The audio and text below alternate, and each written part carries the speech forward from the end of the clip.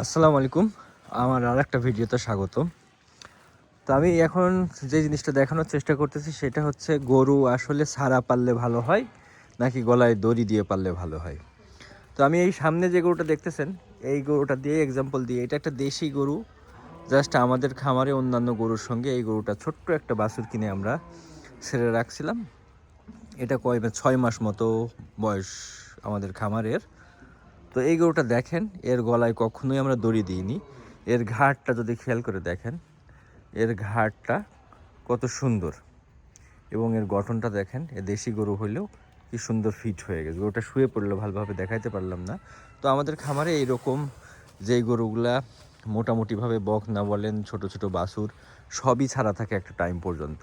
এগুলো দেখতেছেন ইভেন্চুয়ালি 2 মাস 3 মাস 4 মাস 6 মাস প্রেগনেন্সি পর্যন্ত আমরা গরুগুলো এরকম ছেড়ে রাখি। আবার কিছু কিছু গাভী আছে বাচ্চা হওয়ার পরে আমরা সেগুলো ছেড়ে দিই। তো সেগুলো দেখাবো। এতে লাভ যেটা, গরুর বিশেষ করে যেই রোগগুলা হয়, যেমন মনে করেন এফএমডি, এলএসডি, তরকা, এই টাইপের রোগগুলা এরকম ছাড়া থাকলে খুবই কম হয়। এদের ইমিউন সিস্টেম অনেক ভালো থাকে। এই দেখতেছেন এই শীতের মধ্যেও আমাদের গরুর কোনো কি বললে যে আটকানোর জন্য, গরুর শীত থেকে বাঁচানোর জন্য কোনো ব্যবস্থা নাই। সম্পূর্ণ এরকম ওপেন। এরা এইভাবেই থাকে, যতই শীত হোক, যত ঝড় বৃষ্টি হোক, এদের শরীরের সাথে সহনশীল অবস্থায় চলে যায়। তো এদেরকে কোনোভাবেই আমরা কোনো সময় কোনো পলিথিন কিংবা ত্রিপল কোনো কিছু দিয়ে এদের বাতাস প্রোটেকশন কিংবা কোনো কিছুই করি না। এই ছোটো বাচ্চা দেখতেছেন কিংবা যা দেখতেছেন সবই এরকম ছাড়াই থাকে। তো এরকম ছাড়া থাকলে গরুর ইমিউন সিস্টেম খুবই ভালো থাকে। এই যে একটা বড় এই গরুটা যেটা দেখতেছেন বড়, এই গরুটা বাছুর হওয়ার পর থেকে, এটা আমাদের গোয়ালেরই বাছুর, এটা হওয়ার পর থেকে এর গলায় কখনোই দড়ি পড়েনি। এবং এটা আমাদের ব্রিডিং বুল, সাহিওয়ালের ব্রিডিং বুল। এর হাইট দেখতেছেন মাশাআল্লাহ এখন 58 ইঞ্চির উপরে হাইট আছে। এবং লেন্থ দেখেন, লেন্থ আমার ক্যামেরায় ঠিকঠাক ধরতেছে না। তো এর কারণ হচ্ছে কখনো এর গলায় দড়ি পড়েনি, এখনো পর্যন্ত কখনো গলায় দড়িতে অভ্যস্ত না। এর ব্রিডিং বুল আমাদের। এর বাচ্চা যে এখানে দেখতেছেন অধিকাংশই লালগুলা এর বাচ্চা, লাল এই কালোগুলা এর বাচ্চা। আমাদের সাহিওয়াল গরুগুলাকে সবই একে দিয়ে আমরা ব্রিড করাই। ইভেনচুয়ালি কিছু ফ্রিজিয়ান গরু আছে এর ব্রিডের, যেগুলো দিয়ে ভালো বাচ্চা আশা করা যায়। এই সামনে যা দেখতেছেন সবই হচ্ছে এর ব্রিডের। এ লাল যা দেখতেছেন সবই এর ব্রিডের। তো এইখানেও দেখেন, তো এইগুলা ছেড়ে রাখছে। এই যে ছোট্ট বাছুরটা দেখেন, এই বাছুরটা আমাদের ছাড়া কোনো শীতের প্রোটেকশনের ব্যবস্থা নাই। শীতের প্রোটেকশনের ব্যবস্থা না থাকলেও আলহামদুলিল্লাহ খুব ভালোভাবে এরা চলতেছে। এদের কোনো ঝামেলা কোনো কিছুই হয় না। তো এইভাবে যদি আমরা উন্মুক্তভাবে রাখতে পারি, গরুর ইমিউন সিস্টেম বাড়ে, প্লাস আপনার গরুর কস্টিংটাও অনেক কমে।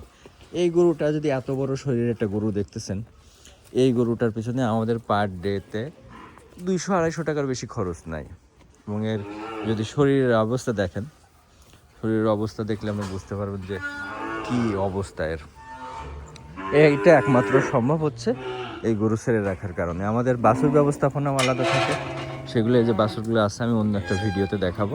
তো আমি শুধুমাত্র সারা গরুগুলো দেখাই যে আমাদের কতগুলা গরু ছেড়ে পালা হচ্ছে। এদিকে গাভী সেকশন, প্রত্যেকটাই গাভী দেখেন আমাদের ছেড়ে রাখা। যেহেতু বাতান না, বাতানের মতো অত স্পেস নাই, তারপরে যেটুকু আছে সেটুকু দিয়ে আমরা ছেড়ে রাখি এইভাবে। এই যে দেখেন এইখানে সবগুলো ছাড়া এইভাবেই ওপেন দোয়ানো হয়, দেখতে পাচ্ছেন। এইখানে গরুর দুধ দোয়াচ্ছে, এটা এভাবেই সম্পূর্ণ ওপেন থাকে।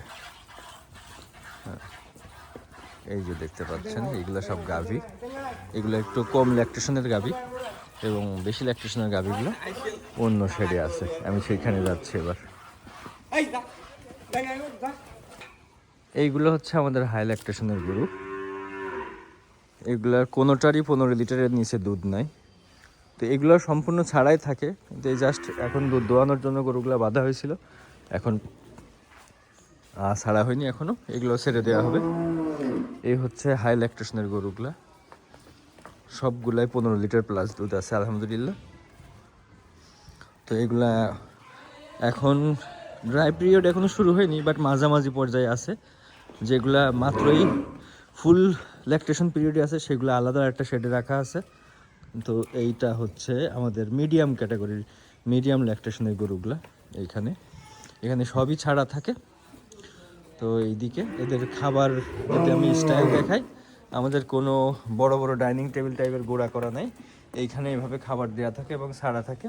এইভাবে ড্রামে পানি দেওয়াও থাকে এবং এইখান থেকে যার যেমন ইচ্ছা পানি খেয়ে নেয়। আর এই যে খাবার দেখতেছেন একটু ড্রেন মতো করা, এই ড্রেন মতো জায়গাতে আমাদের খাবার ব্যবস্থাপনা, খাবার দেওয়া থাকে। এখানে দেখতেছেন এই আর একটা সুবিধা হচ্ছে অল্প জায়গাতে অনেক বেশি গরু পালা যায়। এই শেডে যদি আমি গরু বেঁধে রাখি তাহলে আমার 22 কিংবা 20-40-টা বেশি গরু রাখা যাবে না, কিন্তু এইখানে আমরা অলমোস্ট 80টা গরু রাখতে পারি ছেড়ে রাখলে।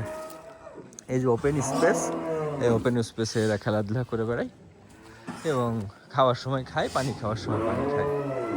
আর হাই ল্যাকটেশনের গরুগুলো আমাদের যেগুলো ফুল পিরিয়ডে আছে, ড্রাই সিজনে নাই, সেই গরুগুলো আলাদা একটা শেডে আছে, সেইগুলো বাঁধা আছে। তো সেইগুলোও আমি আপনাদেরকে পরে আর একটা ভিডিওতে দেখাবো। ধন্যবাদ সবাইকে। কোনো কোয়েরি থাকলে, কোনো কিছু জানার থাকলে ফোন দিতে পারেন, কোনো পরামর্শ থাকলেও জানাইতে পারেন। আসসালামু আলাইকুম।